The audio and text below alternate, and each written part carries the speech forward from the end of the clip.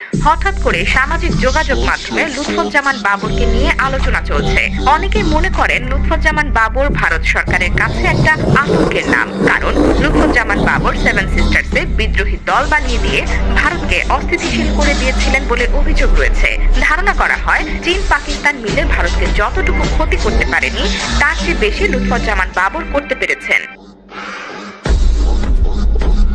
2004 সালে যখন অরুণাচল প্রদেশ, আসাম, ত্রিপুরা, নাগাল্যান্ড, মণিপুর, মিজোরাম ও মেঘালয় মূল ভারত থেকে আলাদা হতে চেয়েছিল, তখন সেখানে আন্দোলনকারীদের তিনি 10 ট্রাক ভর্তি অস্ত্র, গোলাবারুদ, রকেট লঞ্চার নিয়ে ভারতে পাঠাতে চেয়েছিলেন, কিন্তু শেষ পর্যন্ত তা করতে পারেননি। 2001 সালে বিএনপি নেতৃত্বাধীন জোট বাংলাদেশ সরকার গঠন করার পর যে কয়েকজন ব্যক্তি প্রবল ক্ষমতাবান হয়ে ওঠেন তাদের মধ্যে লুৎফুজ্জামান বাবর ছিলেন অন্যতম।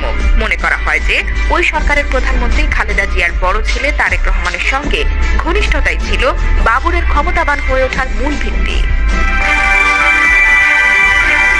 এদিকে 21 আগস্ট 2004 সালে গ্রেনেড হামলা মামলায় 18 মার্চ 2012 সালে তারেক রহমান ও লুৎফুজ্জামান বাবর সহ 30 আসামির নাম যুক্ত হয়। 1 অক্টোবর 2018 সালে এই মামলায় তাকে মৃত্যুদণ্ড দেওয়া হয়।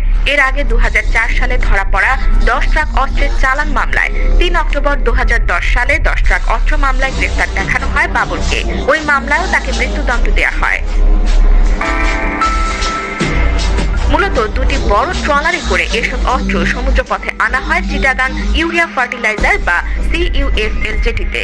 এই অস্ত্র যখন গণনা করা হয় তখন দেখা গেল 1790টি বিভিন্ন ধরনের অস্ত্র, 11.5 লাখ গুলি, 6500 ম্যাগাজিন, 27,000 গ্রেনেড এবং 150টি রকেট লঞ্চার। যদিও তৎকালীন স্বরাষ্ট্র প্রতিমন্ত্রী লুৎফুজ্জামান বাবর বলেছিলেন চট্টগ্রামে আটককৃত 10 ট্রাক অস্ত্র ও গোলাবারুদ দেশের অভ্যন্তরে ব্যবহার এবং নাশকতার জন্য আনা হয়েছে। লুৎফুজ্জামান বাবর 2007 সাল থেকে কারাগারে আছেন।